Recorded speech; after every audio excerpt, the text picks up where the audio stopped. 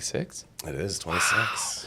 Welcome to episode 26 of Coach's Corner. I am Coach Justin Schollard. And I am Coach Ethan. And today we're going to be talking about absolutes, this fascination with these like rigid, extreme programs. Eliminate this, cut that out. And although there's very little evidence to support that that's sustainable long term, there's just this endless fascination and proclivity to do it, and there's almost like this badge of honor people have. So today, I have a lot of clients who've done this. I know we were talking yesterday when we were getting ready for the episode. You have a lot of clients who are falling in and have fallen into this trap. Yeah, just even friends, people we know. What do you think it is? What do you think it is about this like rigidity, extreme kind of direction that is so alluring to people who are clearly drifting from their ideal state? I just think that people need to realize that this carbs make you fat. People need to realize that sugar is going to give you cancer. Exactly. And obviously anybody who eats past 7 is probably going to die fat alone. Of course. With a bunch of cats. Well, I think, but to answer your question, I think there's a component of, I think like severity kind of holds a perceived value. So if it's these extreme measures, it's like, you're going in all the way.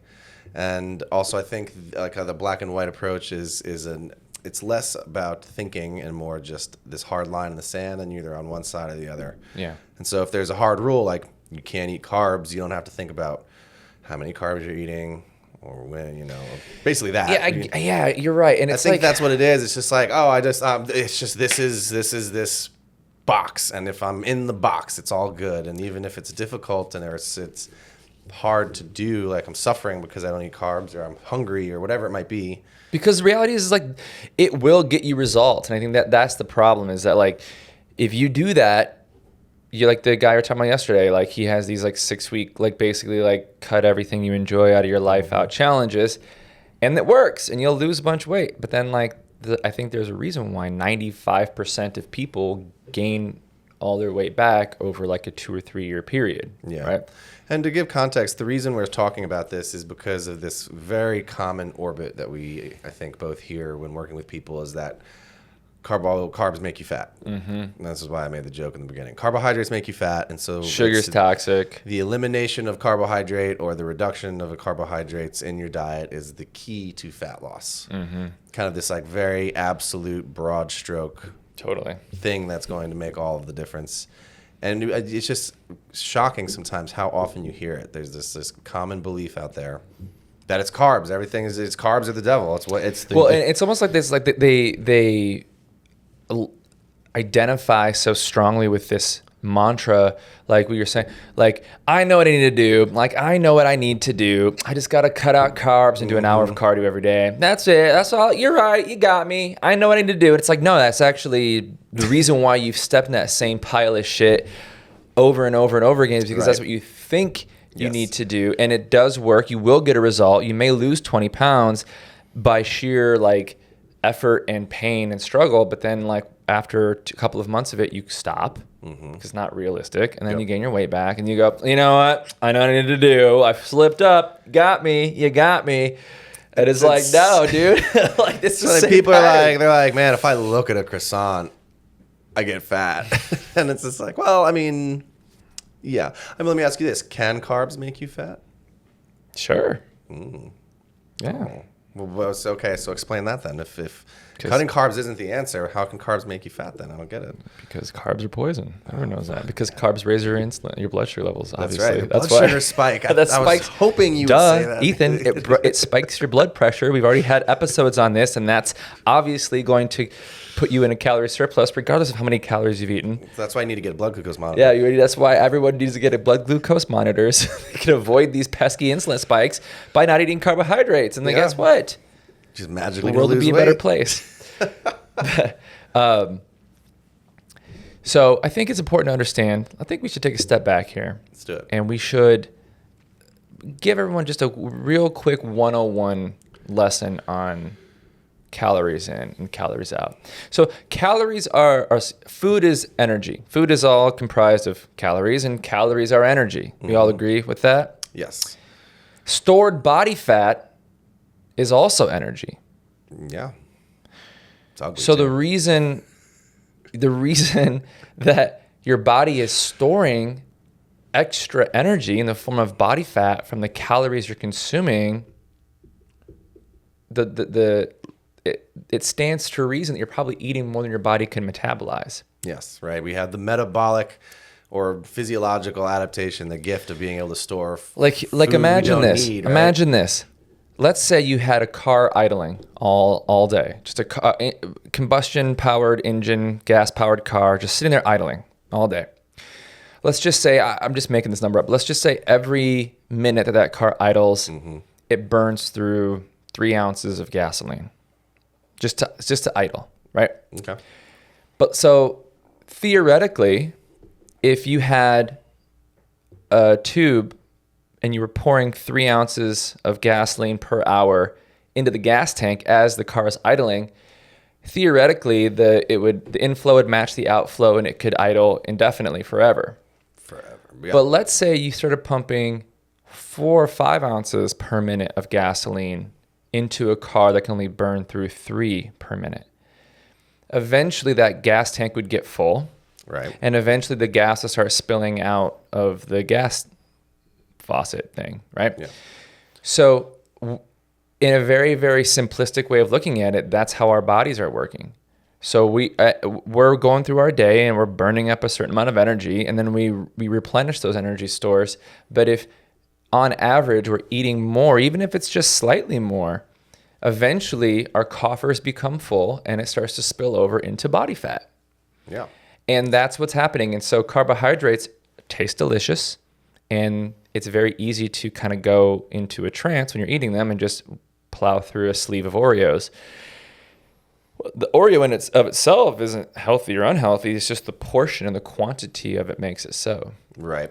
And so, yeah, it's right. Like carbohydrate is just a food, just has calories. And fundamentally, if you're overeating calories, it will be stored as fat. And I think what people don't realize is that can happen technically with any calories. I think it'd be hard to do with protein. Just I think in general, it'd be hard to like overeat protein to a place of... Yeah.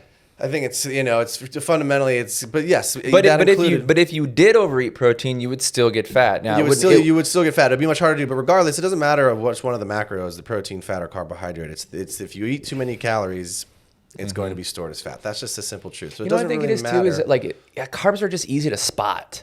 I think the layman can really just easily spot, carb, potato, bread, banana, whatever. Like it's just right there. And I think I personally think that the actual caveat of why carbs are so demonized for weight gain is because it's not actually the carbs, it's the fat that comes with them. Mm-hmm.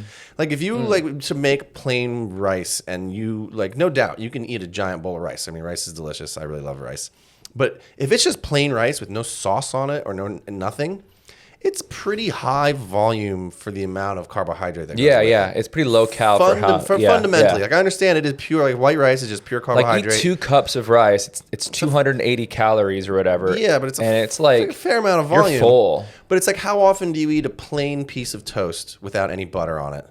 Or without any avocado on it? How often do you eat rice without some type of sauce or gravy on it? How often, like every potato chip has a tremendous amount of fat in it. Popcorn has got butter. Mm-hmm. And so I think one of the real stealths about carbohydrate is that they're very rarely eaten plain. Mm-hmm. Very rarely. Like, I mean, I guess you could say like a sandwich has just like the meat, but then you're probably going to put some mayo on it, Yeah. So I think that's one of the real tricky things is that almost every carbohydrate is going to come with some type of fat accompaniment. Baked potato. Who fucking eats a plain baked potato? Nobody. Yuck. Nobody, really though. I mean, what are you gonna maybe but you put maybe some cheese on it. Yeah. So I think there's almost always fat accompanying carbs. And as we know, ladies and gentlemen, fat has 9 calories per gram. It's super dense and it's super easy. You can just pour, 1 tablespoon or 2 tablespoons of butter on a baked potato is going to like double the calories of that baked potato. And the deliciousness. Rightfully so. And I think that's also one of the That's a good point. Yeah. Caveats that carbohydrates associated with the way we eat them with a ton of fat. And so that when we quote unquote eat carbs, we're probably eating a lot of calories. And we don't associate it with the fats that are involved. We associate it with the carbohydrates. Like we just involved. see the carb, because fats can kind of be invisible if it's just an oil that's baked into something or spread over something. Exactly. Right? That's a really good point. I never actually thought about that before. But yeah, I think that like it's like a really easy way to see a win in the short term, which of course is what most people, despite what they say, I think that's what most people want. They just want that quick win. Every single person will be like, no, I want to do the right way. I want to do the high road. I want to be, I want to buck the trend. But then when you actually like give them that, you just want to go back to do like the detox or something. Yeah, and it's there's a reason that our body can utilize carbs as an energy source is because we kind of need them. I mean, it's like one thing if all you did was like walk and think all day. You could probably get by with a very low carbohydrate diet and just use your fat stores. Like that, well, because fundamentally your fat stores, you through the can keep your blood sugar levels going. But if you have any type of intensity in your activity, you're gonna deplete your blood sugars. You're probably gonna get all foggy and crash, or you're definitely not gonna perform very well if you're doing any type of like resistance training or exercise. And I remember like the times that I've gone like keto or gone super low carb, there are those moments where I feel very sharp, clarity in my mind until I do like a hard workout. Right. And I just get obliterated. And I just like, I feel like I'm just like tissue paper. I'm like slumped over the steering wheel. Yeah. The clarity of mind is gone. And so like there's some component of like if I just sat there. Hands down. Like you'd be hard pressed to find any sort of study that would say that like on average people are going to perform better without carbohydrates. Yes, it's just not realistic. It's just not realistic. And there's a reason that our muscles store glycogen and our liver stores glycogen. So I think it's just one of those things that it's starting to shift like the belief system around carbohydrates as one example to kind of understand that like our body likes them and be not demonize them so that we don't have these kind of dogmatic viewpoints towards a particular food group.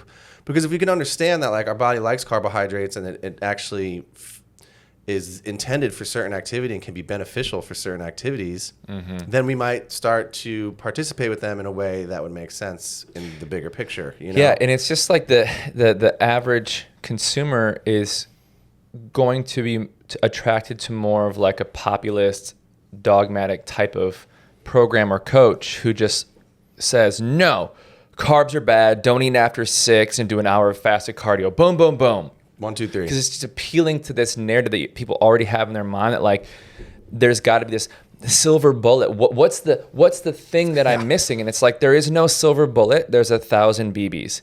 But if you try to sell that to a customer, they don't want to hear that. No, it's they're too like, much hey, personal responsibility. Right? Like listen. So it's just easy, I think, for people to just market these more extreme approaches, and then they'll get a result from their clients over the course of 6 to 12 weeks, and then they'll take the photos of them before and after. And the testimony, I lost 30 pounds working with Coach Kyle, and it's like these crazy extreme programming, but it works in isolation in that moment, but it fails long term. So it begs the question: does it really work? Does it really work? I mean, what are the odds? That somebody's going to really never eat a carbohydrate again in their life? I mean, I haven't had a carbohydrate in 25 years. Oh. I lied. I had bread today. I mean, I had a delicious ciabatta roll today for my lunch. And there it is. See, I had actually an English muffin. I'll see you in hell, I guess. Yeah, I gained 20 pounds. Yeah, yeah. But I think that's one of the ways to look at it. Is like what even if you choose to, reduce, grains, I can understand that choice for maybe inflammatory reasons or whatever. But if you really were to look at the 30, 40, 50 years that you might have left in your life, does it really make sense to like never eat a certain food group again? Especially something like carbohydrate. Like if it's something like dairy, I could understand that because it's like that's yeah, if you're intolerant to lactose, that can make sense. Maybe it's just a dairy industry choice, but like dairy is not a macro; it's just a kind of food. Yeah. So carbohydrate is like a macronutrient. It's one of the 3 vital nutrients that we use. Just like think about like how hard you're making your life unnecessarily if you decided like you've made the decision that carbs are bad. And therefore, you need to. The only way you can lose weight, and you've committed to this like life now. What does that look like for you? I mean, you're sober because alcohol's got carbohydrates in it.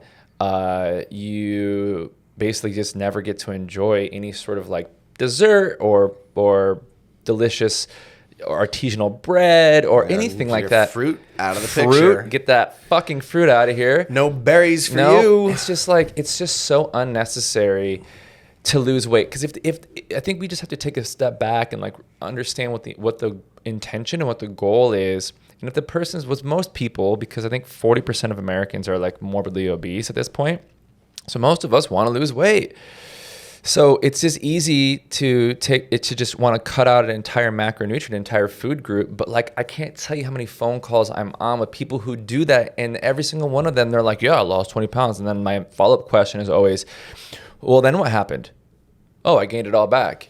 Yeah, because it's like fundamentally it comes like, what do you do when you choose to not engage that behavior anymore? Like if you have these hard, fast rules, and look, there are going to be exceptions. Like maybe people feel much better not eating after 7 p.m. Sure. And so they just don't ever eat after 7 p.m. And if that works for you, that's great. But I think the hard lines in the sand, especially the more of them you put on your diet or what you're eating, it is just unsustainable. We were just kind of joking around before we started about bend like glass. Yeah, bend like glass, baby. Bend like glass. Most things in nature that are very rigid tend to snap. Yeah. And when we start to think of it in black, white, good, bad, right, wrong, binary terms, back to it. That's your first sign. Like if you start, that would be like the first red flag. Like if you're starting to speak to yourself around nutrition in binary terms, good, bad, right, wrong, that's your sign. You're off track. You're not thinking this through. Anything in life is a continuum, not a binary. Yeah. And when we look at nutrition, it's not like there is no bad food group. There is no unhealthy thing. It's just the portion. Because let's go on the street and ask 10 random people, bag of almonds or a candy bar. Which one's healthier? I guarantee you 10 out of 10 will be like, oh, the almonds are healthier. Right. Sure. If you took like one almond versus like an entire Snickers bar, that would be a healthier choice. But a whole bag of almonds could have 500 calories. Yeah. Arguably better. They're not processed. There's no preservatives. It's just almonds. Yeah, there's no food colorings. There's no food coloring. So understandably, there are bad ingredients out there. What we have to understand is like weight loss is not the food coloring or the preservative. Weight loss is a amount of calories far and beyond your body's ability to process. Yeah. Because whatever marginal benefit avoiding things that may have preservatives or food colors or dyes in it, if that's your angle, but then you're overeating by 30, 40, 50% every day, well, that body fat is fucking toxic too. Yeah. And the body fat is what causes cancer and fatty liver syndrome and fucking metabolic disease. Yeah. It's not the dye. Now, if you ate a bunch of those Snickers bars and that was like all you ever did, yes, we have a problem here. But if the 500 calorie bag of almonds versus the 220 calorie Snickers bar, most people would go think the almonds are healthier. But if you did that every day, you would probably put on way more fat versus having that same Snickers bar every day, all things being equal. Absolutely. And I do want to just note that like there are bad ingredients out there in the grand scheme of like, there definitely are studies about food coloring and things that are in Skittles and affecting mood and brain function in children. So, it's not to say, I think in this conversation, just to be explicitly clear, is not to say that anything you eat isn't healthy or unhealthy. I do think that there are certain ingredients or certain things out there that are in our foods that are not good for us.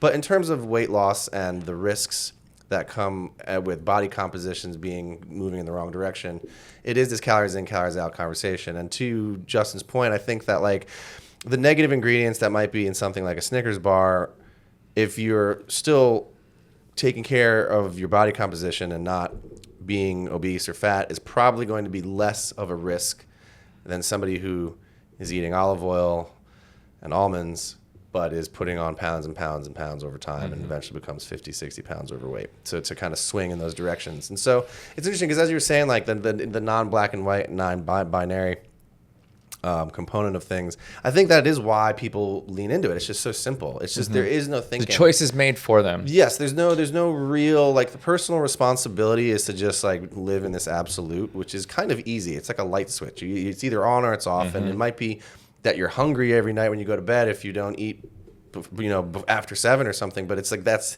you're doing it, or you aren't, and so it's working or it's not, so to speak. Right.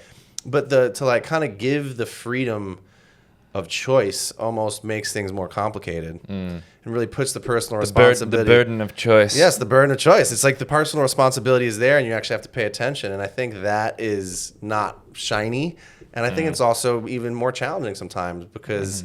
It's like, oh, well, I can have that, but then, well, is it this and is it that? And am I making? Can I have 2 cookies if I can have a cookie? Or, well, okay, but then that means I have to have like the willpower to only eat like a Snickers mini when I want to have a sweet treat, because that's what fits in my calories versus being able to just like do whatever I want and eat the whole Snickers. And versus just not it's not even an option because I don't eat carbs exactly anymore. Right. It's like this like this black and white, like, boom, I'm just not even eating carbs whatsoever. Theoretically that sounds great and wonderful, but I don't know anybody who can actually do that. And I think I've just never really met anybody who's been able to like only ever do that. Right. And that's the angle we're getting at here is sustainability can't really exist. Like, think about years and years and years. I heard somebody talking about the diet, and they were kind of giving these like major food points that most people that have good body composition do. Like most people do not drink their calories. Maybe a protein shake, maybe like a super smoothie to get their greens in. But realistically, most people just don't drink their calories. They eat their calories. But he was this, and one of the angles he was saying is like, all these points I'm making, he's like, I want you to look at this like this is your diet. This is the way you eat. And it's kind of like what we've talked about. Like, this is forever in a way. Yeah. The lifestyle is called a lifestyle. It's an identity. Your life. Yes. So it's not you're on a diet, because an a diet implies a temporary participation with a procedure or process, versus this is your diet. This is the way you eat. Just that is it forever. And I think to be forever or to be sustainable, there has to be the ability to maneuver. Well, like, if you can only drive in a straight line, you're inevitably going to hit something. Right, exactly. You're going to crash. You're going to crash, right? If you can only just lock the steering wheel in, you have to be able to swerve and maneuver and do that kind of thing. Totally, right? That's a good analogy. Yeah, it's so true. And it's like, this is where flexible dieting is just superior in so many ways. And this is why I just like the idea of you have a calorie ceiling and a protein target. Right. And if you could do nothing else, and then obviously get your veggies, eat your fruits and veggies. But if every day you finished with, you're within range of that calorie ceiling, easy math, let's say 2,000. Okay, you, my friend, you need to eat 2,000 calories a day and no more to be in a calorie deficit. So in that regard, it is kind of a little binary, right? If we know that your maintenance is 2,300, 2,400, and anything above that, you're putting fat on, you're filling the tank up faster than it can burn. We need to keep you under 2,000 to keep you in a calorie deficit. Cool, now we know. Right. Now, of the 2,000, I want you to have 120 grams of protein every day. Okay, great. That's like 3 smaller servings-ish of protein, or maybe like 3 regular size servings of protein, right? Yeah, solid regular. So each meal needs to have 40 grams. Okay, seems reasonable. Yep. Now anything else, have at it. Right. You have an affinity towards fats, eat more fats. If you like carbohydrates, go ahead. Just don't blow past 2,000 calories. And honestly, there's a learning curve. You got to understand what food groups are what and what's a carb and what's a fat. But like that's the fun part. Like that's the empowering part of this process, is to actually learn. Okay, whipped cream is actually more fat than it is sugar. Interesting, I didn't realize that. Or, beans are actually more carbs than protein. Oh, wow, now I understand. Yep. And it's like this process of discovery, but once you get over the learning curve, man, you're fucking bulletproof. Yeah, and I think, there has to be structure, unfortunately, in a way. There has to be some form of structure. If there aren't some guide rails in a way, then nothing's going to change. And so, there's going to still be challenges, right? So having food freedom through doing calories and food logging can still have its challenges, right? If you're in a caloric deficit If you're a smaller female, for example, you might not have a lot of calories to play with. That still could be challenging. It's not like this method comes without any type of trade-off, discipline or trade-off. I just think that in the grand scheme of it, it's much more allowing of life's pleasures and different ways to participate with life than the ultra rigid. So it's like, don't get me wrong, it's simple, but it's not necessarily easy.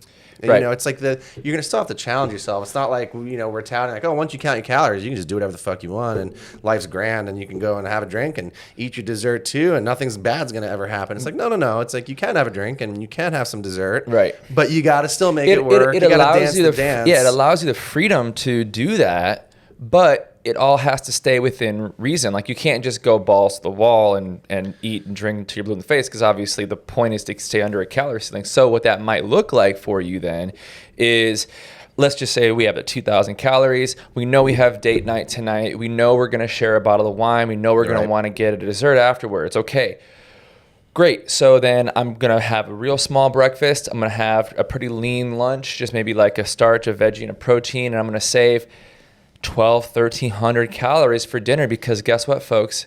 That might sound like a lot for one meal.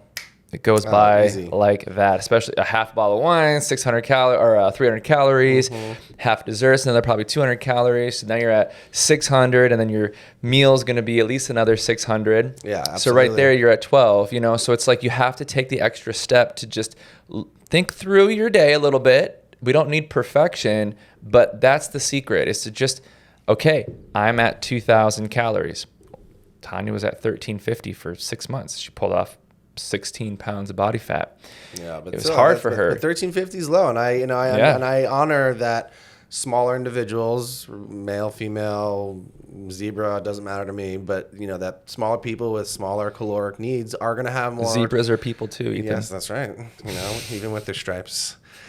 So there are challenges that are going to come with it, and and it's also like mitigating damages. Like, let's say it is 2,000 for the day and you count your calories and you accidentally go over 200. Well, it's like, yeah, that might have not been a complete, utter win on the book, but you only went over 200 calories. Always tell people that. Exactly. Right? Like you aimed, you might have missed a little bit, but you only missed a little bit, versus if you weren't doing the calorie counting and you weren't offsetting your calories from the beginning of the day, or you had that one extra glass or that one extra cocktail, or, you got 2 desserts instead of 1, at least then it only goes over so much, versus like if you're not paying attention at all, the ability to eat 1,000 calories over is there. And so it's like, look, not every day is going to be perfect, but it's almost like you're mitigating the damages to some degree. I always say that, like just take your best shot, because even if you are 10, 20% over, the fact that you have parameters and the fact that you are trying is the reason you're only 10 or 20% over. Right. Because if there was no parameters and there's no guidelines, you would have been 100% over. Yeah, absolutely. And that's the reason why you have 20, 30 pounds of body fat to lose, is because there's too many days where you just went 100% over. So even if, like you say, even if you a couple hundred calories over, no one day is going to make or break your weight loss or your health. It's very easy to get back on track the next day and make up for it over the course of time. But I totally agree. It's just like, just set those parameters. And that's the beauty of this. It's like the flexibility. It's like, ooh. And then what happens is, it's like, I believe indulgence is only really great after we practice a little restraint. And if all we ever do is indulge, then that just becomes our new baseline, our new normal, and and then we just have to keep upping the ante to get the same pleasure out of it. So when you do go through 5-6 days of hitting your numbers, it's Thursday, it's Friday, you were really good, you crushed your macros, you didn't cheat at all, and then it's like, okay, Friday, I'm still gonna keep my macros, but instead of having 200 grams of carbohydrates, I'm only going to eat 100. I'm going to save 100 for 2 or 3 glasses of wine. That level of restraint makes the pleasure of the indulgence so much more enjoyable. Because you're like, this is great. I get to like have a treat, but there's no guilt, because I'm still factoring it into my plan for the day. Yeah. No, it's true. And I think I think the biggest thing is, if something's sustainable for you, go for it. If you want to be vegetarian, and you can be vegetarian for the rest of your life, which I know a lot of people do, that's good. I mean, if you just want to lose all your muscle and not have any friends, and that's your choice. We love vegetarians. Yeah. No, No, but I know some jacked vegetarians. No, seriously. I mean, so it's like, I think it's the main takeaway is that sustainability is key, especially if you're trying to lose weight or put on muscle or any of the things. And I think that there are many paths that a person can walk, but I think for the average individual in the Western country hemisphere, just cut out carbohydrates, don't eat past 6, do an hour of fasted cardio in the morning, and then 10,000 steps, and you'll be good. Oh, simple. All right, we'll wrap it up there. No, I did the opposite of that. Yeah. But still, But that's I think that's I just think it's that realistically it is one of the best methods is to just understand what you're, because it's just physiology. This isn't like, that's the thing is like the way I look at it is this is just physiology, right? You have a certain amount of energy to burn in a day. You understand if you eat more than that, you're going to store fat. And so figure out how to maneuver the physiological numbers of that truth. It's just the human organism. This isn't some like biohacking magic trick. It's just like the brass tacks. it's like people need to just understand, like, no one defies physics. Yeah, laws of thermodynamics. It's a law of thermodynamics, right? Like, the engine needs fuel to run. Yeah, and for every person that says like, well, a calorie isn't really a calorie because it's something about heating a thing of water up. It's true. Maybe the calorie representation of what a calorie really is isn't exactly spot on, but the bottom line is that it's a unit of measurement, and even if that unit of measurement doesn't directly represent what the energy in food is, like scientific spec to spec, the bottom line, it's a unit of measurement that's really well mapped out. And it didn't matter if it was how much air is evaporated from this. I don't really care at this point. And like, I've bottom heard that line argument is of like, like a calorie is not really a calorie because they were using how much heat it takes to raise, a gallon of water by 1 degree or whatever it is. I should know that, but I don't. But it's some ridiculous thing. I get it. It's ridiculous, but it's still a unit of measurement. It's a way they figured it out. And bottom line is that I am here to show you guys that when you track your calories, you tend to lose body fat rapidly while maintaining your muscle tissue. If you follow the rules. And so call it what you want to call it, hate on it, whatever.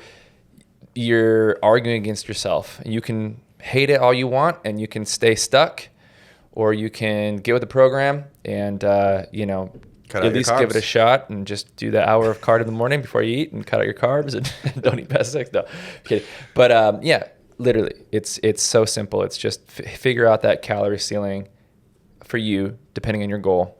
Yeah, and then learn how to read a nutrition label, right? I mean, that's the thing. It's like, that's almost another example. It's like, oh, I have to learn how to read a nutrition label. It's like, it's not that hard. You can do it. And you got to learn how to read stop signs. You got to learn how to, read documents. Like, it's adulting. Fucking A. Like, oh man, adulting. Sorry guys, we gotta read things and understand how life works if we want to make the most of it. All right. Well, on that note, that was episode 26. That's right. Of Coach's Corner. That's 6 straight weeks, baby. 6 High straight five. weeks. Yeah, 6 months. 6 straight months. High five. Even better. That's 26 straight weeks. That's right. And we'll check you all next time. Episode 27 coming your way. Peace out. Poop.